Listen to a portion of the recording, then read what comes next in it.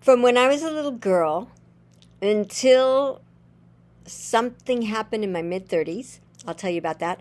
But when I was a little girl, I used to have this dream. It was a nightmare, rather. It was a nightmare where there was a snake, and it was always trying to get me. And it was like if I went to go hide in the closet, the snake could get under the door. If I went to grab my mom, like if grab her legs, I was really little. If I went to, in my mind, in my dream nightmare, if I would go grab her legs, she would turn into the snake. If I would go up on the table and try to pour like cereal into the bowl, it would turn into the snake. It was like a crazy, scary dream that terrified me all the time. And it was really hard for me to sleep because this was so scary to me. So, it's the early 90s, and Bobby Kennedy and I are friends, and I said to him, I'm going to take a trip. I don't know where to go. Do you have a suggestion? And he said, go to Ecuador. And I said, Ecuador? I go, where should I go? And he said, go to this place called La Selva. La Selva means the jungle. So I said, okay, I'll go. So I made it, and La Selva, at least, I don't know if it's still around because this was a while ago, but La Selva is a place in the jungle where scientists work there, and they're studying the rainforest, and then they have these huts on stilts, and they use the tourists, like me in that case, we are the ones who are paying for their research. And what they do is they will take us on little scientific expeditions so we can understand the different things, the leafcutter ants or the caiman or the whatever it is, the wild boars, whatever their subject is. So I'm in this place, and we're on stilts, and I think it's just beautiful. It's in the middle of the Amazon. You had to take a plane, and then you had to take a boat, and then you had to hike, and then you had to take a dugout canoe, and then you got there, and it's in the middle of the jungle. And in the morning there'd be fog, and you'd hear all these howler monkeys, and they sound like big wind. It's amazing. And so all these howler monkeys would be like, I can't even do it. I can't do it. Anyway, but they're amazing. If you can find a soundtrack of howler monkeys, you'll get what I mean. It sounds like, it's just such a cool sound. It sounds like big wind. And then there's bats all over the place. And at the time I was doing Kundalini Yoga. Kundalini Yoga is the yoga that has in its image a snake going up the spine. So I'd been doing Kundalini Yoga a lot. So there's bats everywhere. There's howler monkeys. We would go on these hikes. We went on hikes and learned about the symbiosis of this plant with this plant, or and this creature, this insect with this plant, and it was just fascinating. And there were butterflies this big, like huge butterflies, electric blue, just floating. We went kayaking. I was the only one who did it, but I was a trapeze artist, so of course I'm gonna swing on a vine across this ravine. We just had fun.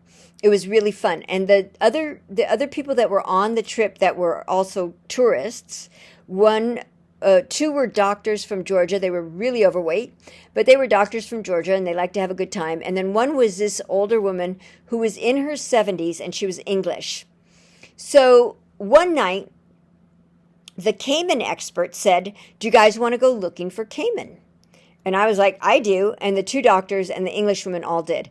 I was sitting it was a dugout canoe, and we were paddling, and I was sitting behind the scientist, and he was talking about different things and showing us the caiman, and he had a big, huge battery pack, like a car battery, with a line to hold the light. So it was a very powerful light, and you could see the caiman, just their eyes would be above the water, and they'd be looking and all this kind of stuff.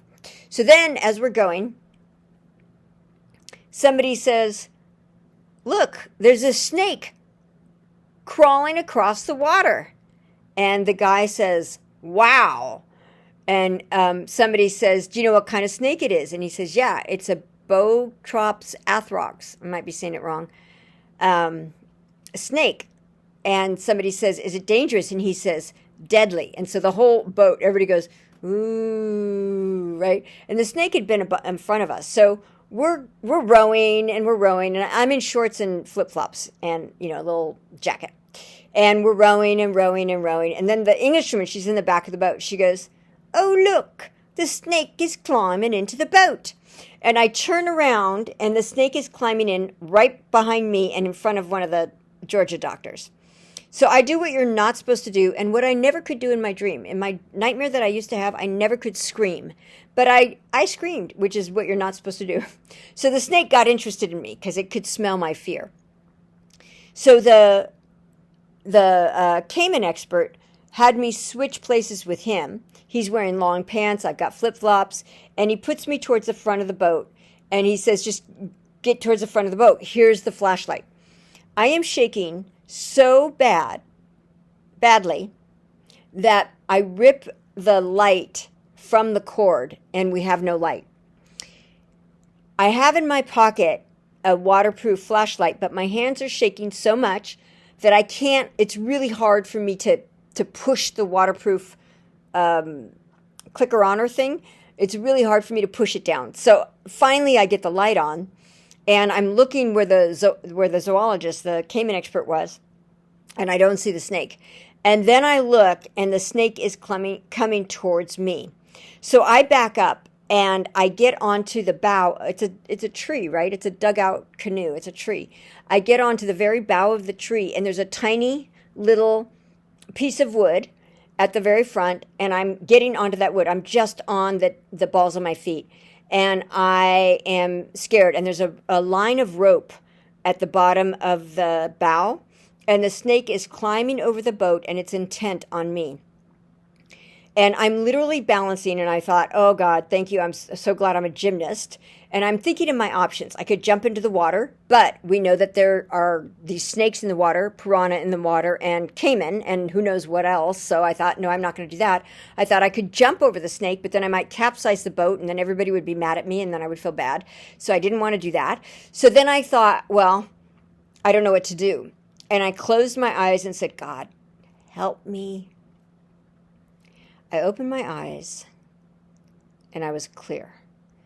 And the zoologist was frozen. I saw him. He was about 6 feet away, 5 feet away, something like that. And he was completely frozen, and he's just watching the snake. And the snake is coming up towards me. And so I start screaming at him, get the oar, which is another thing in my dream. I could never get help. But I said to him, get the oar, get the oar, get the F-U-C-K. Or, right? And he kind of woke up out of he was like in frozen shock. He woke up from that shock, and he got the paddle, the canoe paddle, and he started to try to get the snake. He's trying to get under the snake, but the snake is just getting pissed off. So the snake rears its head back to strike. It's now parallel with my ankles. And I'm screaming at the guy. I'm like, use the oar! Use the fucking oar! Please use the oar! Help me! And he gets under the snake, and he gets it up, and he throws it, and the snake goes flying to the other side of the river, and it goes down, and I'm staying on the bow of the boat, still on my balls of my feet, watching for the snake to make sure where it's going to be. And finally, it took like 3 minutes. Finally, the snake comes up, and it's scurrying on the water to the shore. So I go and I sit down, and everybody in the boat, the only thing I said as the snake was scurrying off, I said to the snake, I'm going to cuss, I'm sorry. I said, get the fuck away from me, you fucking motherfucker. Get the fuck away from me. So then, sorry. So I then sit in the boat. Nobody talks. 45 minutes. Nobody talks. We're going back to the lodge. And when we get out, everybody goes and heads towards the bar. I don't drink. So they all go to the bar. And the zoologist gets out a book. He doesn't go to the bar, and I don't go to the bar. But he gets out the book that shows the different kinds of snakes. And he says, it's called a Fer de Lance in Ecuador anyway. He said, I was right. It was a Fer de Lance. I said, well, what is happening? What happens if you get bit by it? And he said, well, if you get bit into your bloodstream, you're good for about 2-3 minutes, but you have to amputate right away. And you'll probably live, but you wouldn't have that limb. And he said, if you get bit into maybe I'm saying it wrong. Maybe if you got bit into your fat or something. But anyway, one place that you got bit into, you'd have to amputate, and the other place you would just die. And he said, unless you had the antidote. He said, but we didn't have the antidote. And he goes, and we didn't have a hatchet. So I was like, oh. So we they all get drunk, the two doctors and the Englishwoman, and the zoologist gets a little drink. And I don't drink at all. So I go back to my little rendezvous that's on stilts. And my friends, I was living in New York at the time, and all my friends, so many of my friends, this is a beautiful practice if you have friends that are traveling or you want to travel.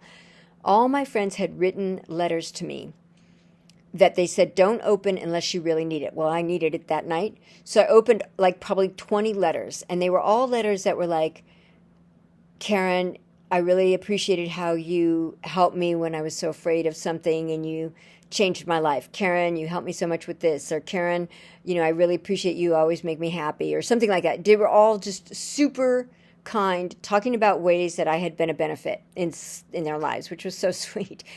And I read all 20 of the things. I was like, I'm not going to save it for any other time. This is when I need it. So I read all 20 of the things, and then I went to sleep that night. And it was the first time that I didn't have that nightmare that I remembered. When I woke up in the morning, we got up and we went to go. The two doctors and the Englishwoman and the zoologist had hangovers. So we had another zoologist who's going to take us to go look at wild boars. So I'm bounding up the cliffs like a goat. I'm like, I have so much energy because I actually slept. And I felt so loved from my friends. They were so sweet. They were so beautiful. I love my friends. And so I was just feeling really good. And the other ones were dragging. They were just hungover. And so we had a really fun time. Wild boars went racing past, and I really loved it. And they asked me, they said, how did you handle that? That was so scary. How come you're not all stressed out? How come you didn't drink? I said, well, I don't drink, but I read these letters and I told them about it. And I said, last night was the first time I didn't have that nightmare. And they were like, wow. So then the next morning, I was getting up every morning before, like early, like at sunrise, to do Kundalini yoga on the deck outside where the howler monkeys and the bats were flying. The howler monkeys were howling. And so I loved it. I was outside and I was doing the yoga. And that morning, the second morning after the Fer de Lance, there was a knock at my little gate, and you had to walk around, so I didn't know who it was. And I look, and it's the two doctors and the Englishwoman. And I said, what are you guys doing here? And they said, she says, we want to come do yoga with you. I said, really? Because I had told them about the Kundalini yoga being the yoga of the snake and all this stuff. So they start doing yoga with me that morning. And they felt great. They loved it. They thought it was amazing. And, it's just, you're out in nature. It was just so nice. So they do that, and they start coming every single morning. Every single morning they come and they do yoga with me. And I was really enjoying it, and we were getting close. We were having more conversations. We were having deeper conversations. Everybody was having it was just really we were like a great foursome. So then it's about the time when I'm about to leave, and everybody else is about to leave. I think we went for like 10 days or something to La Selva, and I wanted to see other parts of Ecuador. So the Englishwoman said to me, where are you going to go, darling, after this? I said, well, I think I'm going to go to this place. I can't remember the name of it, but it's where all these volcanoes are around, and then you stay in this old Spanish monastery it was a really cool place. They had fireplaces in every room. They had llamas walking around. So she says, well, I'll go do that with you. And then the two doctors come over and they said, what are you guys talking about? And she said, well, we're thinking about, we're going to go to this such and such place. And they said, we want to stick with you. And I said, really? And they said, yeah, we'll just stick with you. So first we all went to Quito, which is the capital, and we went there for a day or two. And then we went into this place in the mountains. And it was just really sweet. So the three of them would come and we'd do yoga out on this grassy area of the monastery. and the llamas would come, and they just get so curious, and they come with their heads right into the, like, right over your shoulder, like, what are you doing? And so these people, these two doctors and this English woman, ended up staying with me through that part of Ecuador, and then I went to God, I can't remember what the name of it is, but another part of Ecuador. Oh, I loved it. And they stayed with me the whole trip, and we became friends. And they said that they wanted to go wherever I was going. And I thought that was so sweet, because I was like early 30s, and they were all, way grown up. So that was my story, and I've never had that snake nightmare since. I have never had that snake nightmare since. So it really helped me, and it changed my life, really, because I still had narcolepsy at that time, and I didn't know it, but at least I wasn't waking up terrified. So it was a really healing experience. It was really fun. I love traveling. I love the adventure. I love meeting new people. And I love the experience of a whole slew of things coalescing to create a healing. And I also want to just thank my New York friends, some of them whom I still know, and say thank you for writing those beautiful letters. They were so sweet. And it's such a great idea. If you know somebody going on a trip and you write letters to them, say don't open it unless you feel lonely or you need to open it, and then they open it when they need it. Oh, it's so nice. I mean, I don't need that anymore, but I just think that is a really good practice. They were so sweet to do that. They did it for everybody who went on trips. I've done it for them when they went on trips, once I understood what they were doing. It was just so sweet. Anyway, I appreciate you guys. Thank you for listening to my long story. Appreciate it. Arrivederci, or ciao, or adios. Que te vaya bien.